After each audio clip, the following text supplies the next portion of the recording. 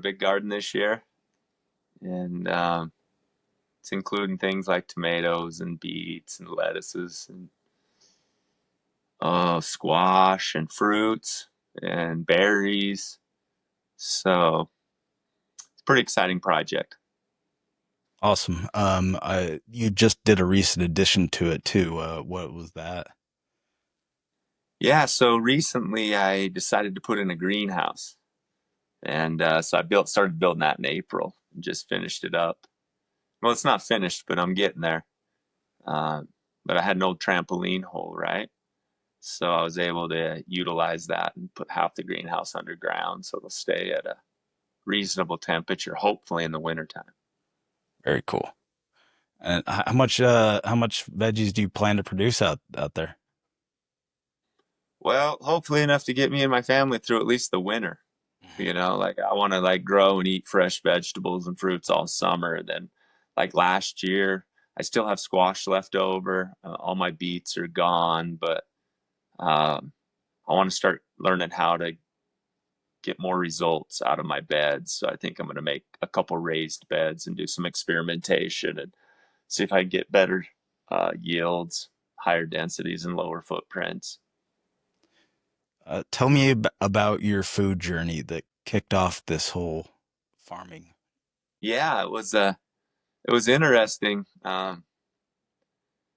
So I don't know, like 10 years ago, let's say roughly, uh, I was introduced to the concept of trying to, have a diet that gives you a clean body and maintains, sensitivity to your environment and things. And it was never really explained to me. It was just a diet, right? Oh, you shouldn't eat this. You should do this. And these things to me are almost impossible to achieve. They're just yo-yos of fighting against your training that you've had your entire life on what you eat. And so it's pretty tricky, but I was fortunate enough to go to Ecuador and see like an entire different system of how food is used, grown, eaten. And so while I was down there, I was just able to get an idea of like, why am I not doing this at home? And so right when I came home after the trip down there, I immediately just went to work. Like why the fire's hot, I jumped right in and just hurried up and installed phase one of the farm so that I could start eating better. Um, but what caused this to happen is like we talked a little bit earlier, like I told you about maybe diets are so crazy, yo-yoing up and down, fighting against your nature of what you've been programmed to be. And there's one thing I just learned about down there in Ecuador was food consciousness. And it appeared to me, at least I was asleep with food. I just put food in my mouth that tasted good and whatever whatever was put in front of me of the day, burgers, whatever, fast food, regular food, whatever. And there was no consciousness to it. And when I was down there, I was able to, get into myself enough to understand food consciousness. And that woke me up to the fact I'm not trying to have a diet here. I truly am trying to maintain a highly sophisticated body, which is kind of like a machine. And when we realize it's a machine, we don't always want to put crap in the machine or it'll break. Mhm. But this is consciousness that brought me to this. It was an awareness. It wasn't a diet because it's not a yo-yo. It's been 3 years of pretty much just doing the same thing. And that's why I brought it home from Ecuador, because doing that, my eating routine just at the grocery stores, it's a hassle, and I don't even trust that their vegetables are very good for me anymore. I mean, that's one thing I think about a lot is just like the layer of psyop that we're in right now. You can go to the grocery store and it's none of it is good for you for the most part. Like you have to actively seek out good foods for your body. Otherwise, you're just poisoning yourself over and over again. Right. This is the consciousness, and I we before I went Ecuador, I knew of this. Like we're talking now, I could speak of this and I could understand it. but I couldn't turn the switch on in myself to really wake up to it. I only knew the words. And one day I knew more than the words, and I don't know what that is, but it instantly said, "This is right." And I agreed to it. And I don't know how that happens when these awarenesses like shoot into your life, honestly. Why don't you introduce yourself and tell us who you are? And So my name's Rob, and like I've been around the sun 49 times. And I say quotes because I've been around the sun. I'm not sure rotate around. No, but yeah, so yeah, I've got a family. I've had a job. I've retired from jobs.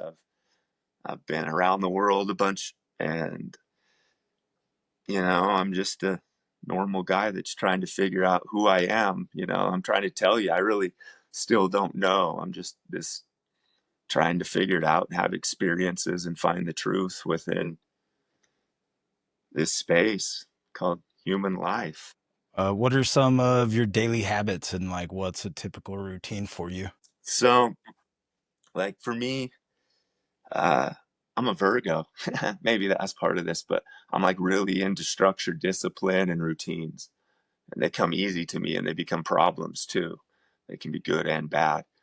Um, so, speaking of routines, I've figured out that setting a good routine is mandatory because without a good routine, the human will do every random thing that's put in front of it with no purpose or no real reason of why they're even doing it.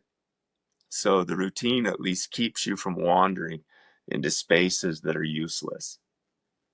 And so, me, a good routine is to get up early. And I get up early because that's for me, it's like, man, that's the most clarity you're going to feel for me in the whole day. You wake up, you come to, and it's like, okay, it's quiet. No one's up in the house. Maybe it's sometime between like 4:30 and 6 or something. I get up, let's say, and then usually go right to tea and a book, or I study Spanish, or both. I usually spend like that morning on the couch where I'm kind of tired and lazy. That's when I get tea and read and do books and just try to reanimate into life with good habits. And then oftentimes I'll play some music, and and then by the time it's 8 o'clock, I try to be out in the yard because I have the garden to work for. And by in the summertime, you got to be done by 11 or 12. It just gets too hot out there. So get out there and do all your chores and then come in and maybe build jewelry and make dinner. And then I go to bed like at 10. So, like the boringest part of my day is like 8 o'clock to 10 o'clock. I really can't establish a good habit for that time frame. I'm just kind of tired. And anyway, I feel like I wasted a lot, and it's boring, but No, that's been that's one kind thing of that my, I've noticed about you too, is that you tend to like do things very consistently, and not you don't burn yourself out. So small increments of time, but are you doing Spanish practice every day? yeah. So I'd keep that routine and thankful to the Duolingo counter. The tech is working on me. I like to have my streak, I see it every day.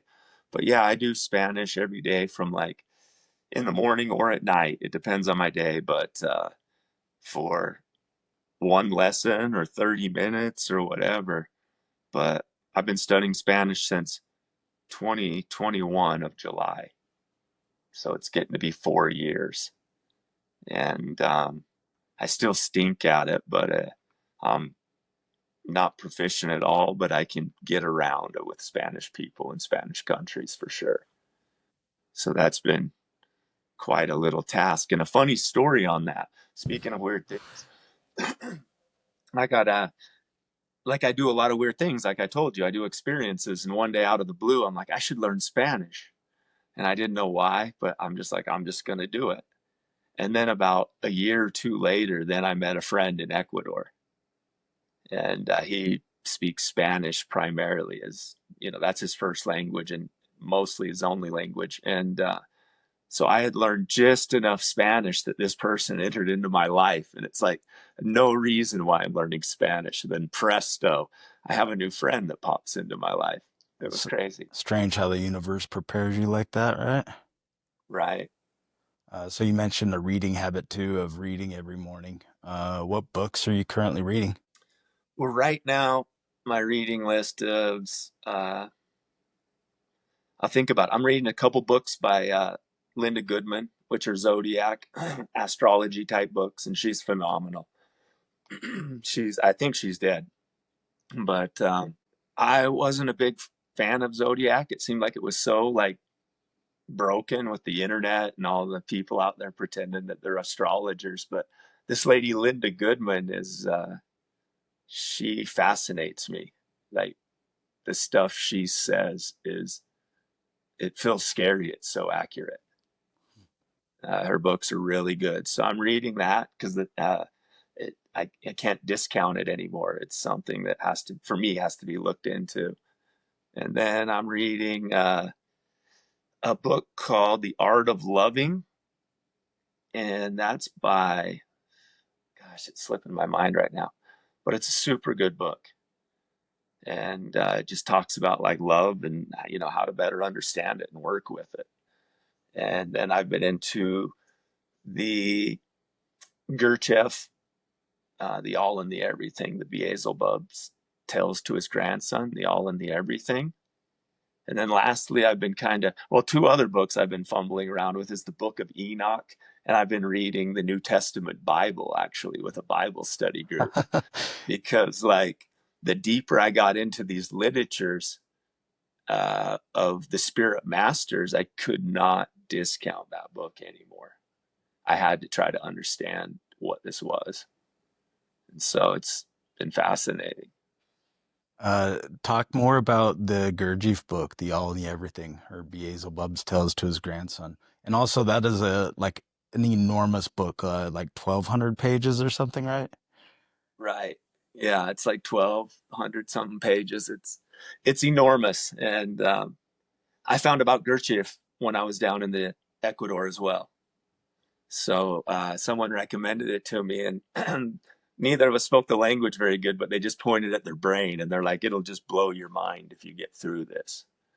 And it's called the All in the Everything for a reason because from how I can understand it now, he can interpretate both the internal and the external experience into one experience. And so I started reading that book right when I returned from the jungle or Ecuador, and maybe around, I don't even remember what year that was, but let's say like 2022, probably first to 2022, January or something. And that's when I started reading it. And yeah, the beginning's a note from the author, and it was the most crazy thing I'd ever read. Like I couldn't believe this book was gonna be possible for me to read. But like you say, I'm stubborn and full of discipline, and I'll stick to something. So I'm like, I had an important person tell me I should read this. So like in my mind, I owe it to myself to read it. And yeah, so I started it, and the first thing it says is read this book 3 times. And you're like, what?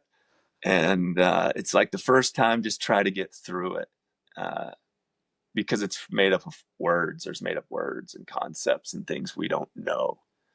And then on top of that, it said the second time we would try to read it out loud to ourselves. And then the third time we would try to study it and try to like bring the meaning forward.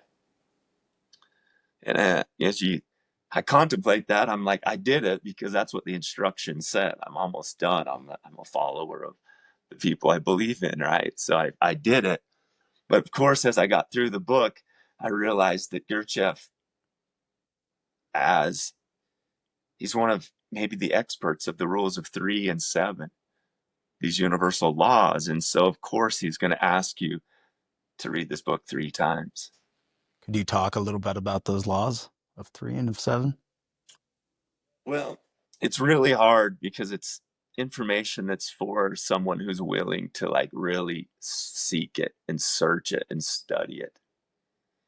But the laws of three can simply be seen maybe in, I mean, the most basic concept that most humans are conditioned to is the trinity of religion, right? What, the Father, the Son, and the Holy Ghost. This is a trinity. This is three. This is mentioned. Um, but these laws of, so that's a visual representation where it's right in front of our eyes, where someone's, the Bible reference is showing us the Trinity as a law of three. And the three laws would work as I can interpret them. And again, this is very abstract, but we have a positive force and a negative force, and we have a neutral force. And this would align with like electricity. When you wire a house, we have positive, negative, and neutral wire leads that must be dealt with, right? So in the spirit community of the laws of three, we're dealing with a positive force, which is generally referred to as the mel force. That you're going to be dealing with a negative force. And when negative doesn't refer to the human as being a negative person, it's a power. And so the negative would be the female force. And then we have the neutral, which makes resolution between those two forces. And when resolution's made, we complete the first phase of creation. Maybe a thought or an idea could be looked at as the force. And the negative idea is receiving that thought and pondering it. And ultimately, the negative would be more of the resolution of like, I've received this idea. I've accepted the idea. I've pondered the idea. We complete the law. We've resolved the active force interacting with the negative force. And when those resolve, we get the pyramid or the triangle of the law. And that would establish maybe the law of three that we would see in whether it's sacred geometry or in Christian literature. This three is referenced heavily. And he speaks very much about this. So, and I would say the laws of seven, again, these are very deep, deep subjects I'm barely scratching the surface on and would be afraid to tell somebody I know about them. But the way I interpret the law of seven, and it's beautiful as well, but these are, when we start speaking, like Nicholas Tesla said, if we start thinking in, in vibrations and frequencies, our entire reality will change. And the law of seven is the frequencies that lay out the creation of our universe. One, two, and three are the complete abstract states.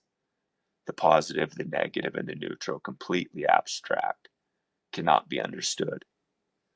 And then we start to move into the deeper layers of creation, 4, 5, 6, and 7. And then off of these numbers, other laws, other creations will form, like a big number matrix, if you will. The two will become the two in another sequence of 1 through 7. That 3 will become another sequence of 1 through 7, including that 3. And we can see this also visually in our existence, so we don't have to think this is just hocus pocus. What we see is the color spectrum functions in the law of seven. We see that the musical scales function in the law of seven. So with this information, you can see how the ray of white light separates it into 7 colors. The root note of an octave will play out linearly, except in 2 points of vibration. Just as the universe creates itself, is what's being said in these laws. And these ancient, the piano and the scale were developed off universal laws. They weren't developed because someone made a piano. People understood these universal laws and they applied the frequency and vibration to music and voice and instrument. This is what I think. Gurdjieff also talks about self-remembering. How does that come about in your practice of working in your garden and making jewelry? Yeah, good thought there, Kanon, because self-remembering is crazy hard. Um, for someone that doesn't know they're asleep, it's hard for them to understand this. but somebody that knows they're asleep and they're a robot can understand what I'm going to say. And this is maybe the first like dilemma with learning this stuff, is we have to realize that our actions are primarily based on forces outside of us, and we're reactive beings to our situation. And so when we say self-remembering, for me, it's, am I an automatron going through the reactions of the forces applied to me? Or am I consciously making decisions? And we can all say, yeah, I consciously make decisions. I can say I didn't because of the food example. I could tell you I knew consciously I was about food, but I didn't because I just knew the words of it. And so self-remembering is a hard process because everything is trying to control our actions. Our thoughts are driven by past, present possibilities, all of these things that distract us from remembering our exact moment. And so with jewelry in particular, um, I'm working with fire and elements that are very sensitive to that fire. And if you have any thought distraction while you're making jewelry, you'll melt something or break it or do something to it. And so to clear your mind and remember exactly what you're doing and focusing on that moment is one way to self-remember, is to work. What other ways are you like staying present when that mind starts to wander?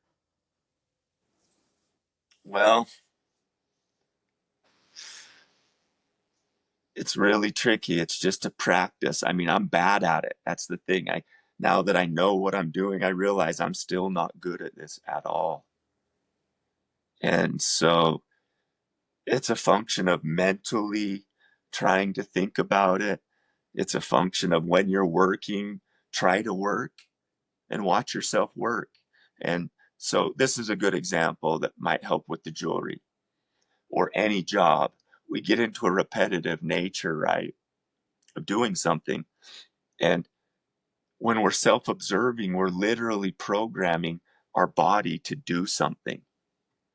And if we're not self-observing, the programming process isn't quite as good. So like when I'm hammering a piece of copper, then my body gets trained to the exact pressure, the exact speed. Everything is perfect if my mind is observing. If I quit observing, I start to twitch, I start to speed up, things start to change. And then you screw up the jewelry. You make marks in it, and it's ugly. So it takes a really focused environment for me to grab control of my thoughts. And this is a funny saying, but the devil's playground is an idle mind. This is true. An active mind is not the devil's playground. It's one of observation. But I find it needs to be deep concentration for me. It could be art, it could be music, but it can't just be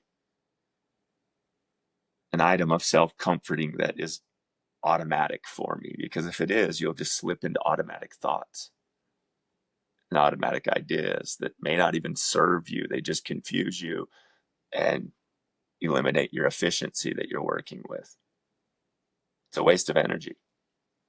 Gurdjieff would say that. It's a waste of energy to have negative thoughts while you're working, is a waste of energy, and you will be more tired by having negative thoughts at work than just working.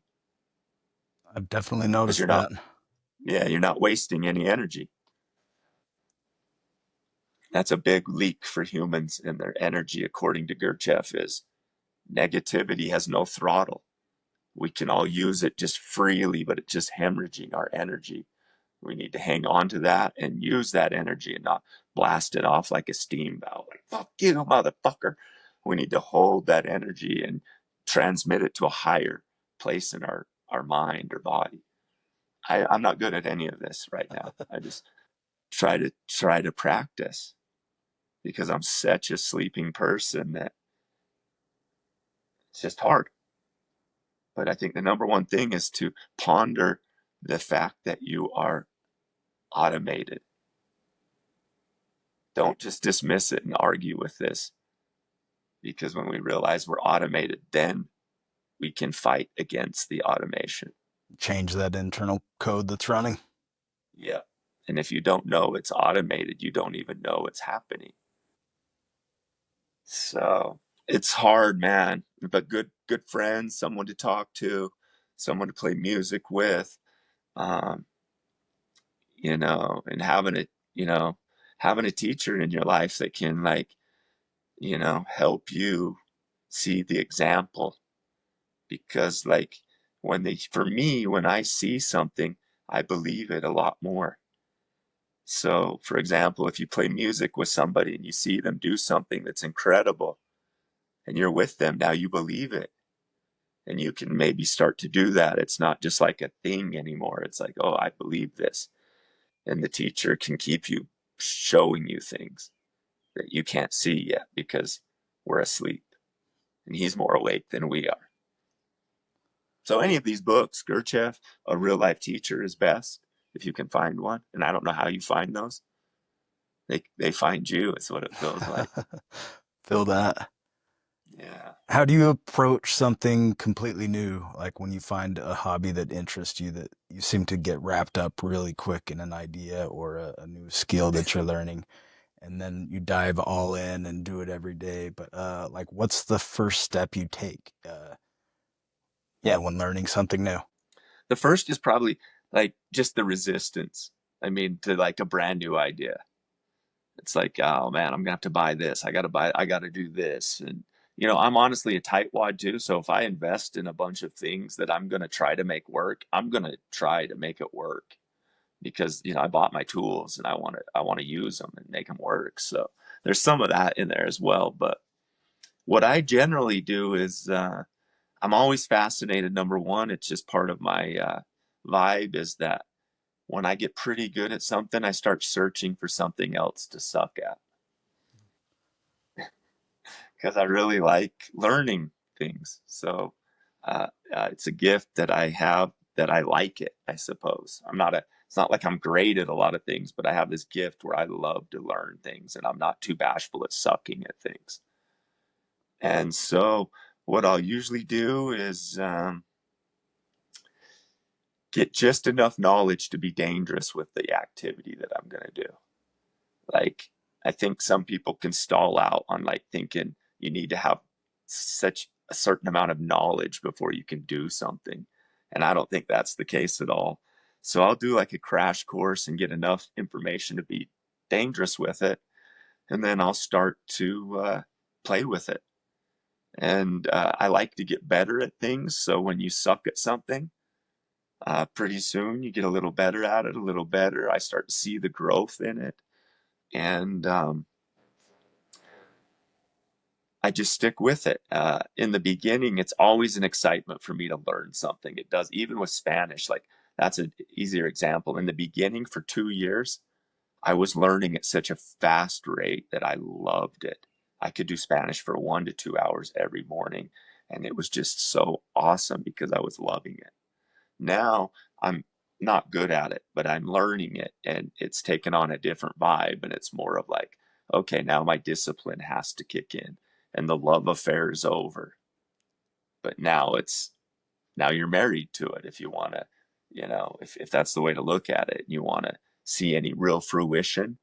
Now when the love affair is over is when the discipline kicks in and you need to stick with something. Because like everything, it gets tiring. It's like, oh, I want to do something new. I don't really want to go in the garage and do this today. I'd rather, whatever it is, all these things come at you. And then it's just a function of, yeah, I'm going to go do discipline. I'm going to wake up in the morning and go do it for an hour and sometimes 2 hours.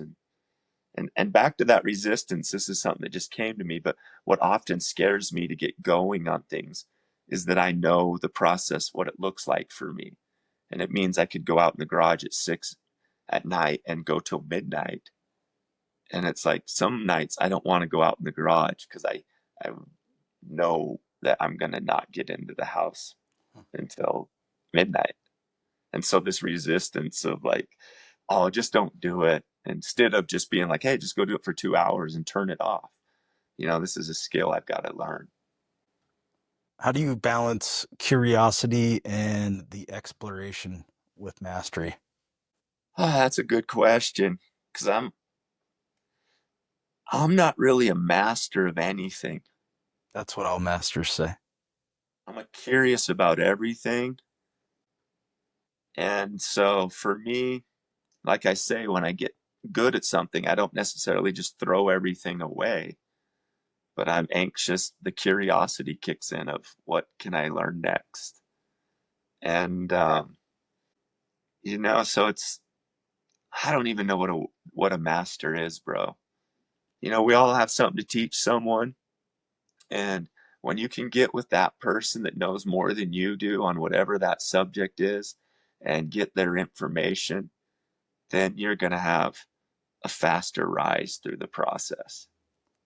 Well, too, I've been calling myself Canon the Gan Master lately on the social media thing, and I very much understand that point of I'm not a master, but I believe a master is a practicer, or like just someone who does the thing over and over. Right. Because I'm sure that the master of, let's say, the master of whatever the master is a master of, he knows there's more for him to do. It's a never ending rabbit hole. And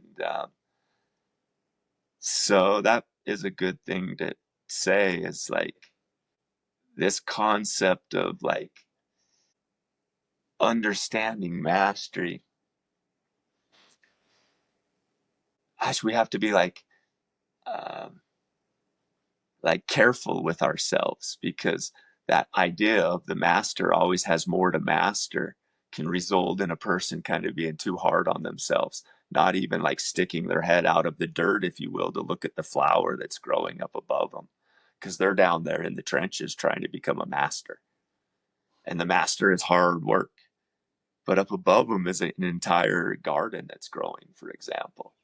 And so this idea of, I talked about this a few years ago, but it's important when we're struggling and working and learning something or whatever it is to do take that minute to get out of the trenches and like look at what you've created, and like take a minute and be grateful that you've created it, or whatever that is. Because for me, it's easy to just get stuck down in the mud, and I'm pretty happy down there just learning through the mud.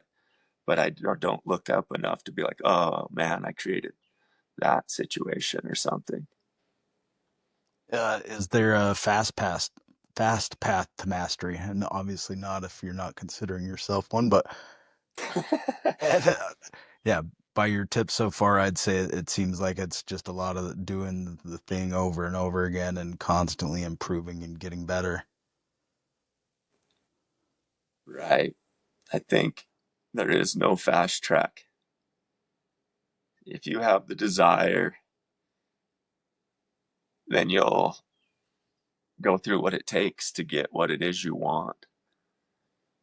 But there's no fast track. Everything I've ever gotten in my life has come from structure, work, and discipline. Doing things I don't want to do, you know, that's a big part of it. Doing the things you don't want to do to get the thing you want to get. I just think that's a missing cog in the world today, for at least for the Western United States market. It's like that cog's missing in the fact that there's a lot of shit we have to do that is miserable and uncomfortable to get to where we want to go. And is it fair? I don't even care about that discussion. I just know everybody's going to go through shit to get somewhere that achieves on their own. Whether it's playing a music, whether it's learning a sport or making money, whatever it is, it's going to require you to do the things that you don't want to do with that environment. And that's where the discipline comes in. And, discipline will start to reward. Maybe this is one thing that, because sometimes you get into the structure of something and you're doing it and you're doing it, and it feels thankless and you're achieving nothing. And then in one moment, like for playing the drum, you've said this, and so have I. but you'll be playing for like a few weeks or months or whatever, and you get something that happens to you, and you know for sure that you elevated your drum playing. You all of a sudden, you know for sure you went from this guy to this guy. And it happened because of discipline and structure and practice. And it wasn't anything more than that. And when you achieved it, you felt it. Boom. I picked it up, and this little thing I picked up changed my entire system of playing. Well, this is what keeps you going through that honeymoon phase. It's like, I guess it's dopamine, bro. Because I do something, boom, I up the level, I lighten up. I do it there again, I get in the dredges, I'm doing the same shit, trying to break free. And then in one moment or one lesson, or I play with another person, transform again. Dopamine goes off, and you know you're a new player. And the more you get into a subject, those highs get smaller, because initially you can go from here to here. But as you get better, you go from here to here, here to here, here to here. And And that's when sometimes this is it's where hard and we people stall. lose their discipline, right? And they fall We off. lose our interest Mhm. because that dopamine hit of, man, I'm getting better. It's awesome. And you can get right to a point. And I've said this with my brother. We've talked about he played college golf. And I've seen this with other high level athletes that aren't making money in their sport. They are really, really super good. To the naked eye, you couldn't tell they shouldn't be on TV. But the difference is the guy on TV, he took those little teeny steps that were miserable over and over and over. And so he's that much farther ahead. But that's the difference of being a professional and being a good amateur. And I'm not good at that. I stall out. There'll be a point where I get to, I'm like, I'm happy with this. What am I going to do with this? I'm not going to do any more with this. I'm happy with my level. It's time to do a new activity. Now, if I was going to be a pro, that wouldn't be the thing to do. But I don't have a desire to be a pro at anything, just to be proficient and at a lot of things. I enjoy that. It's fun. I don't know. Maybe that's what life's about for me. It's just experiences, and to be locked into one experience, one job, one situation, one sport, one musical instrument, whatever it is, that feels almost like a life wasted. How do you track your progress or measure your understanding on a topic? Or is that even Well, important? sure, it's important because I like to get better at things. And, but there's really no way for me to know except for myself where I'm at as a human and what I sound like to me or what I do at this level to me. Um, because I don't have a lot of references, you know, I don't work at a place that I can see my work compared to their work, or I'm not in a band where I can you see how I fit into a band. I just do things, and when it sounds fun or looks cool or makes me happy, then that means I'm getting good at it. So, and I got friends like you and things that are creative, and I love to like show you guys things. And it's like, yeah, because sometimes you do need the person to say, yeah, you're making progress. Because I'm not out in the world. I'm a hermit that does my learning and my art pretty privately. And outside of my little circle, I'm a very private person. What's something you haven't learned yet but would really want to? Man, there's a lot, but I'd like to be able to come more awake and like just develop these skills within patience and just not to feel, and no one can see this but me, but not to feel like these wild emotional ups and swings and movements when things disturb me. And sometimes I lash out and sometimes I don't, because that's part of my practice. But I would like to really feel like that. And I think I do feel it more and more. But if that makes sense. It's a practice.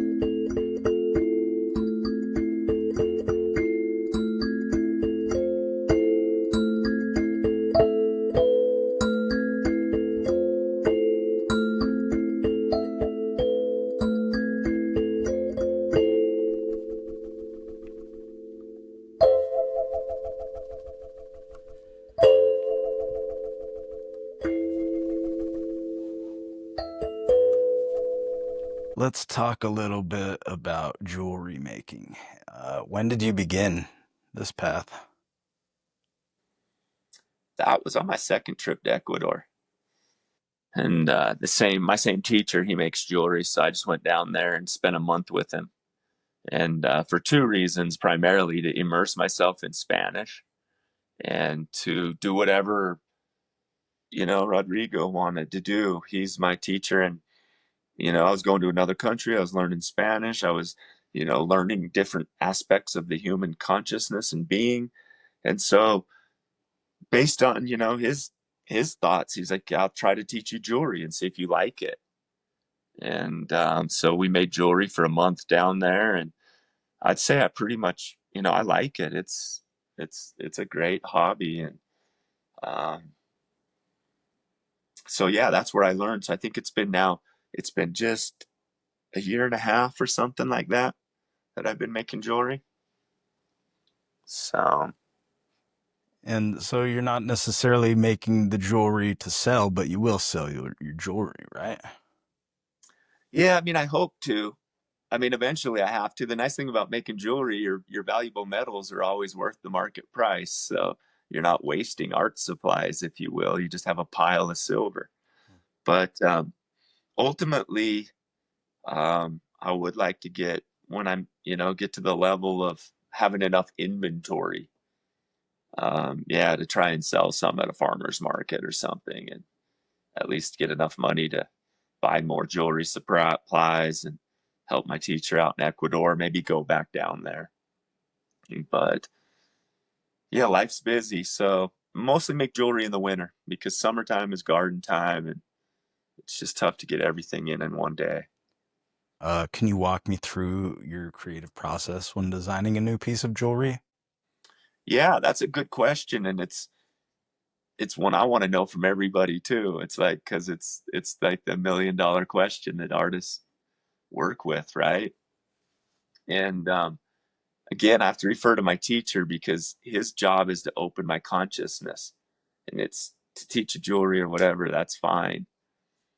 And but as part of my awakening process to make jewelry and designs down there for a month, one of the rules was there were no tutorials, there was no YouTube, there was no looking at other jewelry designs.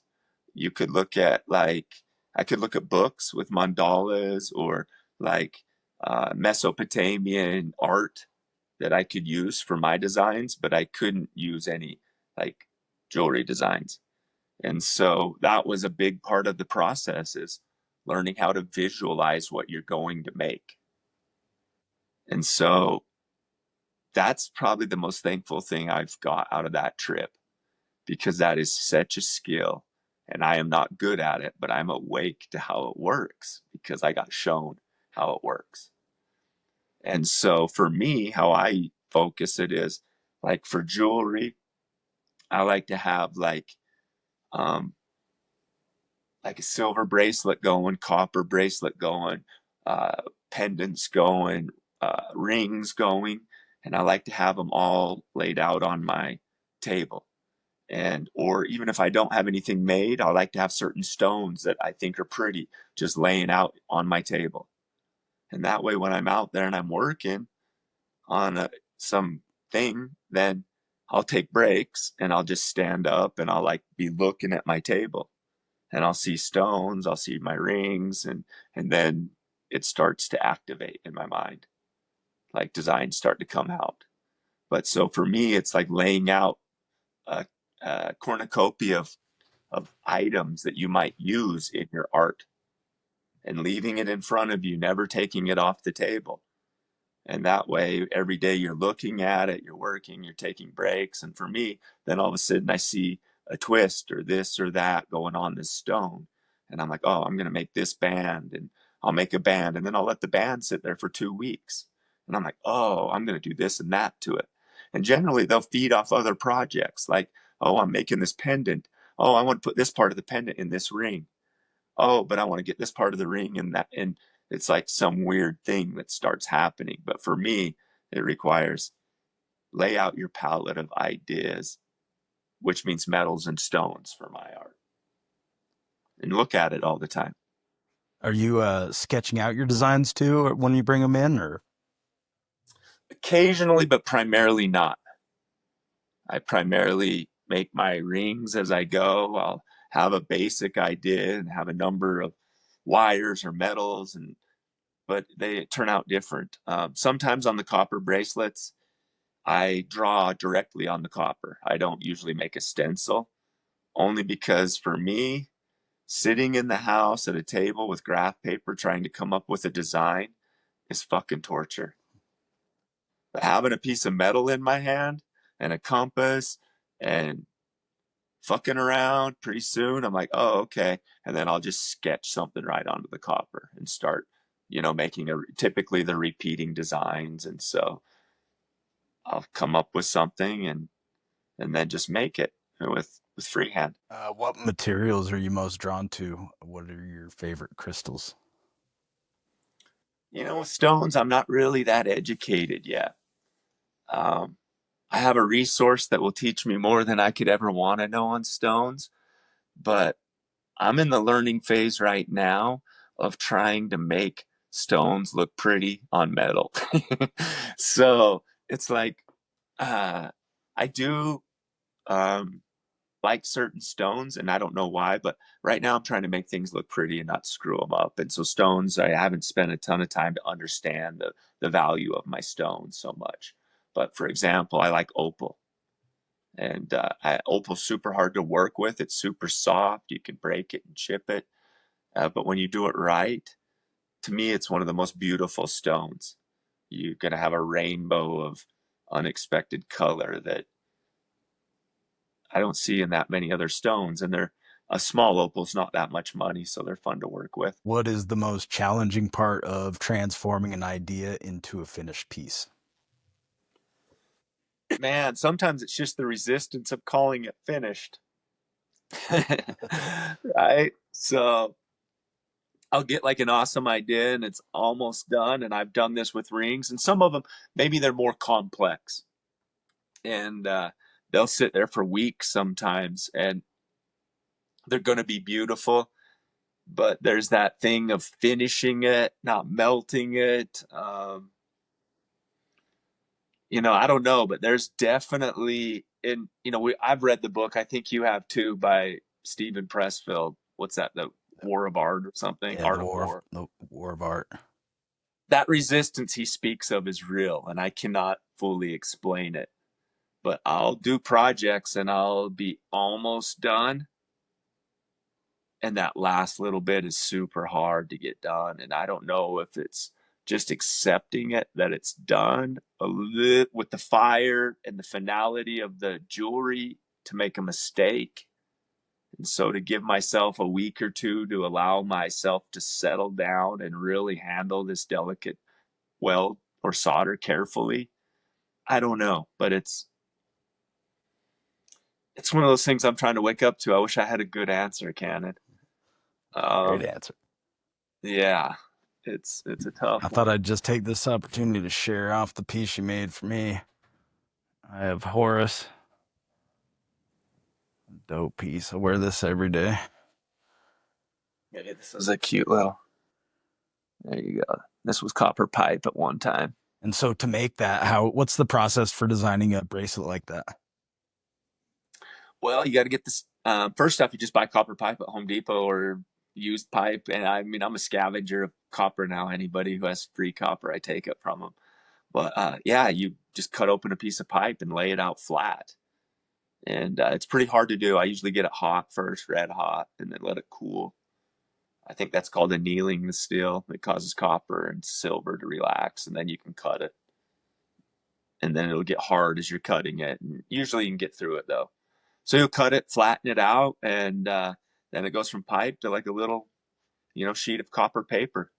And then I have a rolling mill, so I can make it thinner if I want to, the metal, and or not. And then from there, it's a function of just coming up with your design and then etching it on with a really sharp uh, like tool. And then once you've got your design sharp in there, it's a matter of, preserving that sharp outline and then hammering the backside to get it to balloon out with a special, little ball tool, and hammering the front and getting it hot and cold. And, a simple bracelet like this, as simple as it is at least 2 hours if you're going at it.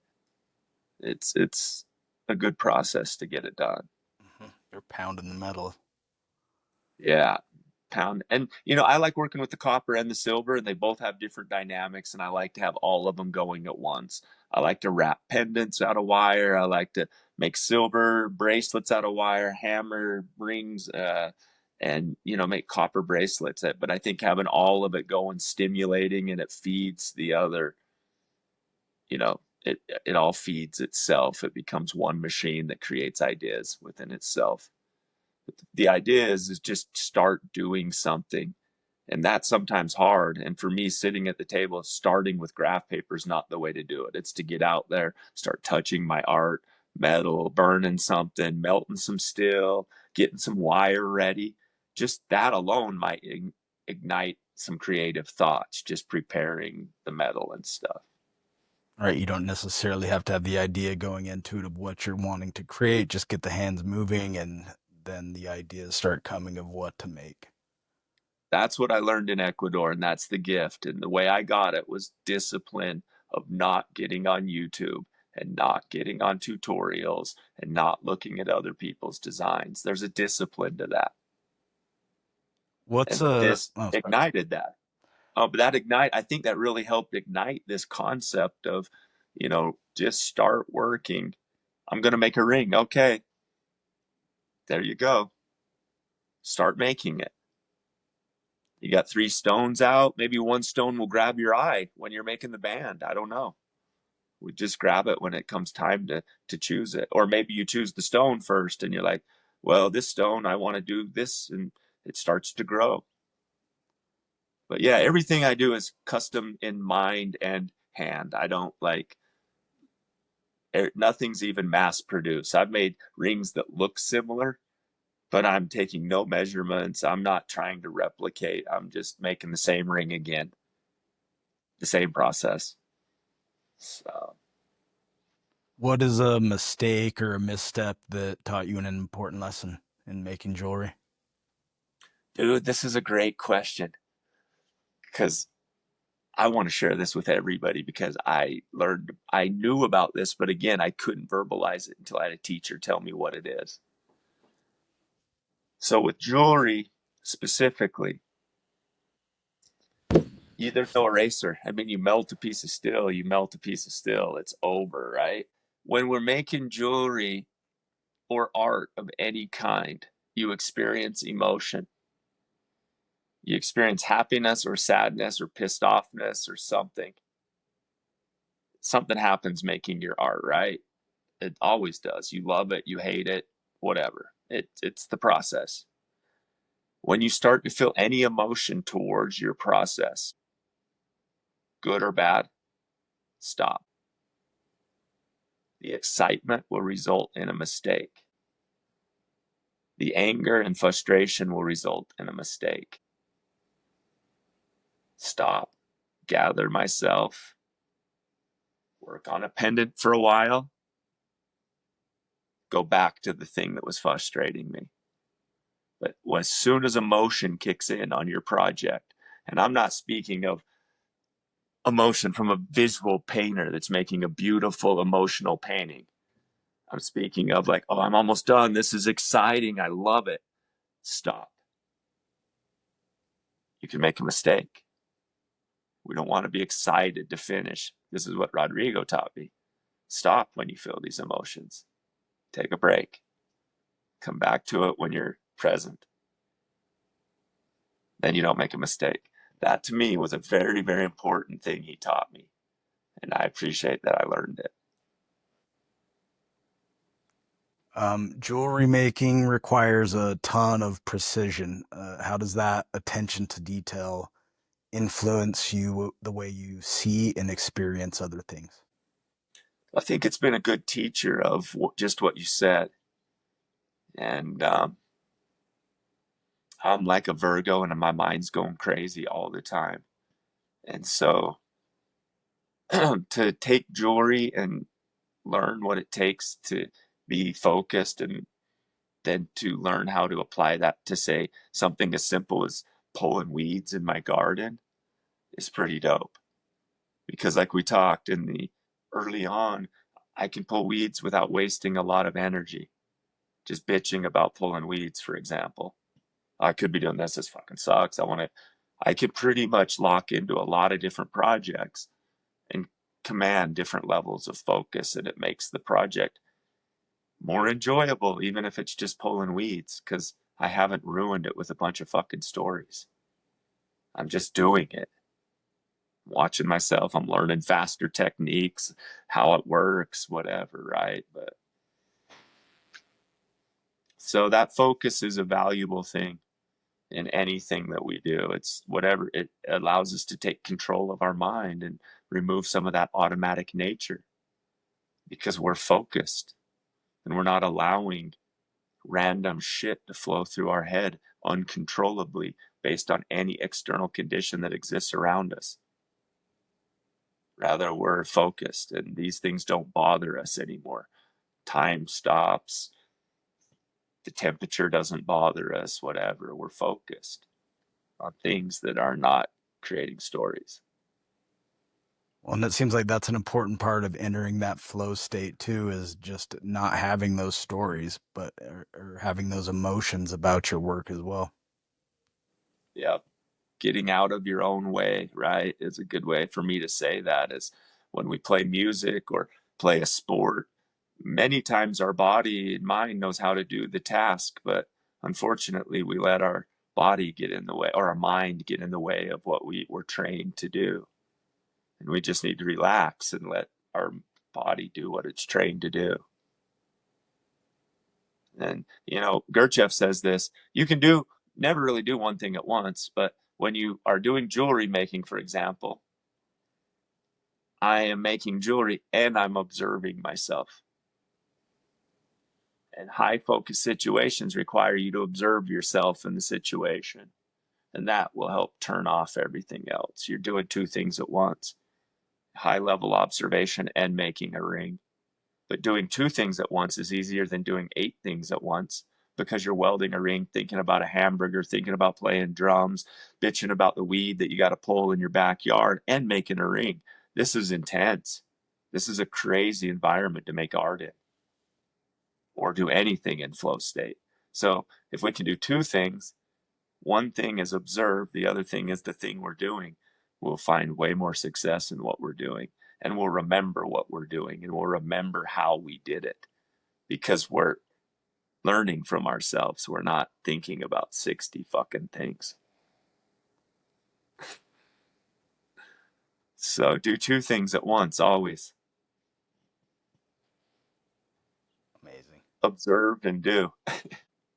A fun thing I'll tell you, Canon, is like for self-observation, and I might have told you this, we talked a little bit about it earlier, that came to mind now, is one great way to practice self-observation in a way that is mind-blowing, if you want to consider it that way, is when you're driving your vehicle. Pay attention to your hands, your feet, your legs. Everything is modulating and moving to maintain perfect distances and alignments and keep that car. And you're not conscious of any of it. Your body has been trained and your motor center is in complete control of driving that car. You're not. And you'll feel it. You'll be like, oh, wow, my hand, oh, my foot's, it's modulating like a centimeter or less. Now you'll know what I'm saying. You are automatic. We are automatic. If you try to think about driving a car, you'll wreck the fucking thing.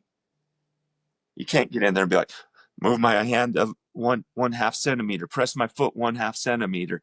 What you can't process it this way. It's only, yeah. So observe yourself when you're driving. You'll see a lot of things that without observation, you don't even know they're happening. You just take for granted that you're driving the car down the middle of the road. Feel your body and watch what's happening. It's a complex fucking robot just going off the rails on fine programs to keep that car going. And we're not literally conscious of 95% of what we're doing when we drive. Or even just driving around our robot machine.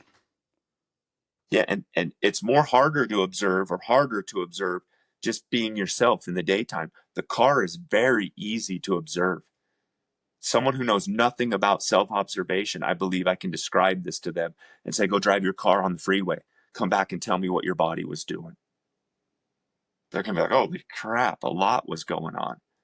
But if I tell you to Canon, go walk around your house for 3 hours and go through your routine and come back and tell me what your body was doing, you'll have no idea.